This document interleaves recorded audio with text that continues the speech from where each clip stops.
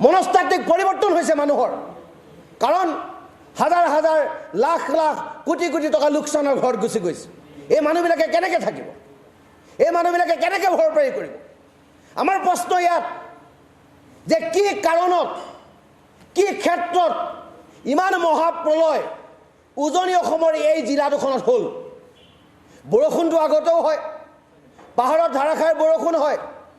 দিশত আমি সৰুৰ পৰা দেখি আহিছোঁ যে দিশৰ পানী বুলি ক'লে এদিন এৰাতি, কিন্তু দিশৰ পানী বাঢ়িয়ে থাকিল, বাঢ়িয়ে থাকিল।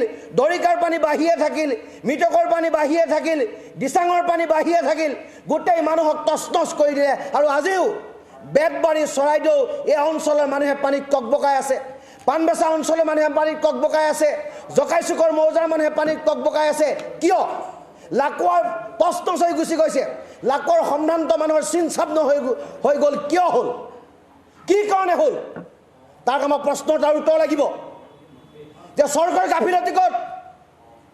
যে চৰকাৰৰ গাফিলতি তাত যে 100 কিলোমিটাৰ দিশৰ দৈৰ্ঘ্য, 100 কিলোমিটাৰ দিশৰ দৈৰ্ঘ্যত 15 কিলোমিটাৰত কিয় বান্ধ নাই?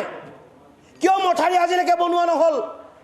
কিয় 1950 চনৰ পৰা 60 চনলৈকে বনোৱা এই মথাৰিবিলাক আজিলৈকে ওখ কৰা নহ'ল? কিয় মথাৰিবিলাকৰ বহনি ক্ষমতা অত্যাধিক কৰা নহ'ল? কিয় ৰিং বান্ধত কোটি কোটি টকা খৰচ কৰা নহ'ল? এই প্ৰশ্নবিলাকৰ উত্তৰ লাগিব। দৰিকা দলঙত, দৰিকা নদীত মাত্ৰ 14 কিলোমিটাৰ মথাৰি আছে। বাকী মথাৰি কিয় আজিলৈকে বনোৱা নহ'ল? মিটঙৰ মথাৰি কিয় বনোৱা নহ'ল? দৰিকাৰ মথাৰি কিয় বনোৱা নহ'ল? দিচাঙৰ মথাৰি কিয় বনোৱা নহ'ল? এই কথা বতৰাবিলাক উত্তৰ চৰকাৰে আমাক দিব লাগিব। যদি চৰকাৰে সময় থাকোঁতে এই কামবিলাক কৰিলে হয়, তেতিয়াহ'লে উজনি অসমৰ এই জিলা দুখনৰ এনেকুৱা হাৰ ভাগি যোৱা পৰিৱেশ সৃষ্টি নহ'ল হয়। এতিয়া চৰকাৰে আমাক উত্তৰ দিব লাগে যে হাজাৰ হাজাৰ কোটি টকা লোকচান হোৱাৰ পাছত এইখন শিৱসাগৰ, এইখন চৰাইদেউ 50,000 কোটি টকা কোনে দিব? ছুইচাইড কৰি দিবলগীয়া মানুহৰ পৰিৱেশ হৈছে। এই পৰিৱেশক কোনে উদ্ধাৰ কৰিব? সেই কথা অসম চৰকাৰে আমাক জনাব লাগিব। সেই কথা চৰকাৰে আমাক বুজাব লাগিব। উজনি অসমৰ প্ৰান্তলৈ আহক। কোনোবাই মাত্ৰ ইনভেষ্টিগেশ্যনৰ টীম পঠালে নহ'ব। চাইজখি নিমাইজান, চাইজখি বেতবাৰী, চাইজখি লাকুৱা, চাইজখি মলুগুৰি, সেই অঞ্চলবিলাক, কেন্দুগুৰি অঞ্চলবিলাক, চাইজক বানেগৰকা, সেই চন্তক বিহুবৰ কি পৰিৱেশ, কি পৰিস্থিতিৰ মাজত আছে। হাজাৰ হাজাৰ গৰু মৰি গৈছে, হাজাৰ হাজাৰ গাহৰি মৰি গৈছে। কোনে দিব? কোনে উদ্ধাৰ কৰিব? তাক লৈ প্ৰশ্ন হৈছে। মই আজি শিৱসাগৰীয়া হিচাপে কৈছোঁ, উজনি অসমৰ এজন যুৱক হিচাপে কৈছোঁ, চৰকাৰৰ গাফিলতি আছে। কাৰণ চৰকাৰে এইকাৰণে গাফিলতি আছে, নগালেণ্ডত দিখৌ নদী বহাৰ ক্ষেত্ৰত কোনো ধৰণৰ জোখাৰ এটা যন্ত্ৰ নাই। তাত কিয় নাই? কিয় দিয়া নহ'ল? কিয় মথাৰি বনোৱা নহ'ল? কিয় 15 কিলোমিটাৰ মথাৰি উন্মুক্ত হৈ আছে? কিয় দিচাঙৰ মথাৰি বনোৱা নহ'ল? কিয় দৰিকাৰ মথাৰি বনোৱা নহ'ল? কিয় মিটঙৰ মথাৰি বনোৱা নহ'ল? ইয়াৰ প্ৰশ্ন উত্তৰ আমাক লাগিব। আৰু এটা কথা স্পষ্টভাৱে কৈছোঁ, আমিও অনুসন্ধান কৰি আছোঁ।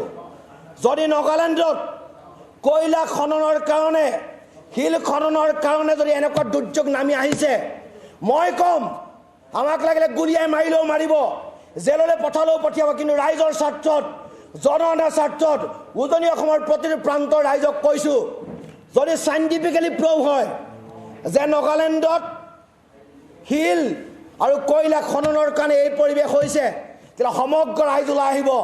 এখনো কয়লাৰ গাড়ী কোনো পাৰ কৰিব নোৱাৰাৰ ব্যৱস্থা কৰিব। কোনোবাই চিণ্ডিকেট কৰিছে, কৰি থাকক, মানুহৰ জীৱন সম্পত্তিক লৈ কৰিব নোৱাৰিব। এই কথাটো স্পষ্টভাৱে জনাইছোঁ।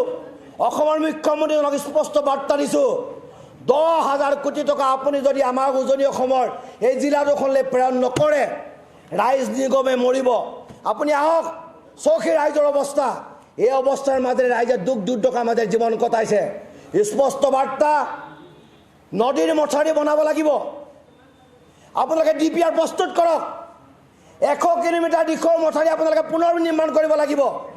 দিচাঙৰ মথাৰি বনাব লাগিব, মিটঙৰ মথাৰি বনাব লাগিব, দৰিকাৰ মথাৰি বনাব লাগিব। আমাক পাৰ্মানেণ্ট সলিউশ্যন লাগে। আজি পইচা দিছে, আজি সাহায্য দিছে, অহা কালিলৈ কি হ'ব? আকৌ যদি বান হয় অহা বছৰ, তেতিয়া উজনি অসমৰ এই প্ৰান্তবিলাকত কি হ'ব? এই কথা বতৰাবিলাক আছে। গতিকে সেইকাৰণে কৈছোঁ, খুবেৰে কৈছোঁ, আক্ষেপেৰে কৈছোঁ, কাৰণ দুখ আছে। আমি দেখিছোঁ ৰাইজৰ বেদনা। গতিকে সেইকাৰণে কৈছোঁ যে স্পষ্ট বাৰ্তা, যদি কিবা কাৰণত আমি গম পাওঁ যে এই কামবিলাক চৰকাৰে নাই কৰা, তেতিয়া পৰিৱেশ বেলেগ কৰি দিম। আমি জীয়াই থাকিব লাগিব আমি। আৰু কয়লা শিলৰ খননৰ কাৰণে যদি এই ধৰণৰ দুৰ্যোগ নামি আহিছে, তেতিয়াহ'লে উজনি অসমৰ পৰা এখনো গাড়ী পাৰ হ'বলৈ আমি নিদিওঁ। কাৰণ কয়লা খান্দি দিবলৈ আমি কেতিয়াও নিদিওঁ। এনেধৰণৰ চিণ্ডিকেট চলাই, এনেধৰণৰ বাৰ্তা প্ৰেৰণ কৰি উজনি অসমৰ ৰাইজক প্ৰাণে মৰাৰ এই প্ৰলয়ংকাৰী এই যে বিভীষিকা, সেই বিভীষিকা আমি পুনৰ বিচৰা নাই। সেই কথা আমি স্পষ্টভাৱে বাৰ্তা প্ৰেৰণ কৰিলোঁ।